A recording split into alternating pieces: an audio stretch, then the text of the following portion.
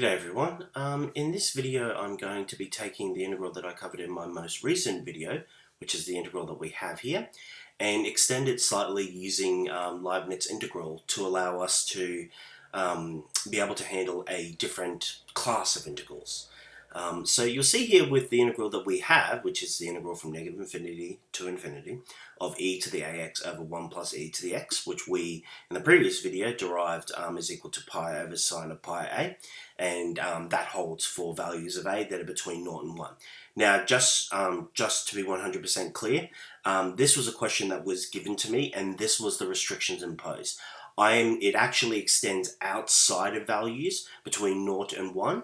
Not including 0 and 1, but just for this specific example, this holds for values between 0 and 1. So just so you're aware, this actually does hold for, values of a, as long as the value of a is actually not equal to an integer. So just so you're aware of that, that is covered by the restriction that was given in the question, but we could have all real values, all positive real values, I should say, as long as they are not equal to integers, because obviously if we have an integer here, then we have an integer times by pi, sine of n pi, where n is an integer, is equal to 0, and that would create a discontinuity which would not allow it to be evaluated. So just so you're aware of it. Okay, now the beautiful thing about having a parameterized integral in this case is that we can evaluate it for the infinite number of different values of a that we can deal with, which is fantastic. So if I want to deal with it for a is equal to 0.01 or 1/2 or 3/4 or the square root of pi, whatever it may, yes, square root of pi would work. We can do that, and again, that's fantastic. The beautiful thing though is that when you're integrating, your parameterized integral satisfies certain constraints. We can not only use it for the different values of, in this case, a, or for the parameter that you have, but we can also apply things like Leibniz integral rule. Well, we need the dominator convergence rule theorem, to start off with, but then we can employ Leibniz rule to extend it. In some cases, we can also employ Laplace transforms with Fubini's theorems to extend it as well, so that we can take an existing integral with a solution that we already have, and as the title says, we can get more bang for your buck, so we can actually solve more integrals as a result of it. Now for this case, and for this video, I'm going to be utilizing first and foremost the dominated convergence theorem which we needed, which is satisfied for this integram, and I'm also going to be employing Leibniz integral rule, and I'm going to differentiate under the curve so that we can actually have a new family of integrals that will come out of this that utilizes the solution that we already have. So instead of just solving this integral with this parameter, we can actually solve a whole wave of new integrals, which is fantastic. Okay, so all I'm going to do here is I'm going to take the derivative with respect to a. So the derivative of the left-hand side is equal to the derivative of the right-hand side, which is what we have here. Now, because this integrand satisfies Leibniz integral, we're able to take the full derivative outside of the integral. So here we're taking the derivative of an integral and make it the integral of the derivative. So remember, Leibniz integral rule is required for that. It becomes a partial integral because in the integrand, we're obviously dealing with more than one parameter, in this case, both a and x. Now, anything to do with that isn't a is obviously essentially a constant, so to speak, in the eyes of the partial differential operator. So we're going to bring that out the front. So we have 1 over 1 plus e to the x, and we just have the partial derivative of e to the ax, which is obviously a very simple integral. We're taking the integral, remember, with respect to a in this case. So that, on the next line, I dash of a, which equals the integral from negative infinity to infinity. We have this component from before, 1 over 1 plus e to the x, times by x e to the ax. So remember, we differentiated with respect to a.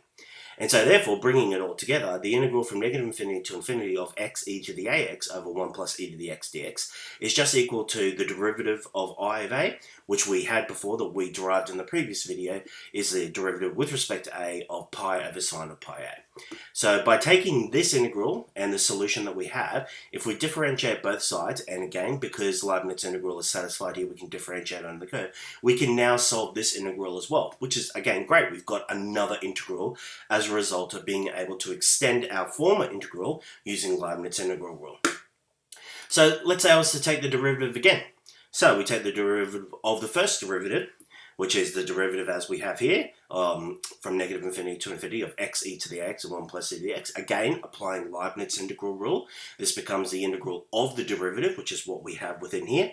Remembering that anything that isn't to do with a can be just brought out the front, it's treated as a constant. So we have x 1 plus e to the x, and we see here we've got this repeating pattern. So I brought out all the stuff to do with x, and now I've just got this pattern here of then just taking the partial derivative of e to the ax. So we know that from before is obviously just x e to the ax, and we have this term here. Bringing it all together, we have the integral from negative infinity to infinity of x squared e to the ax over 1 plus e to the x dx is equal to the second derivative of y of a, which is the second derivative of this term, which is what we have here. And so you'll see here there's a very, very simple pattern that is forming. I can just continue on and take the third derivative, fourth derivative, fifth derivative, etc., and I'm going to have a form of x to the power of n e to the ax over 1 plus e to the x is equal to the nth derivative with respect to a of this term, which is what we have here.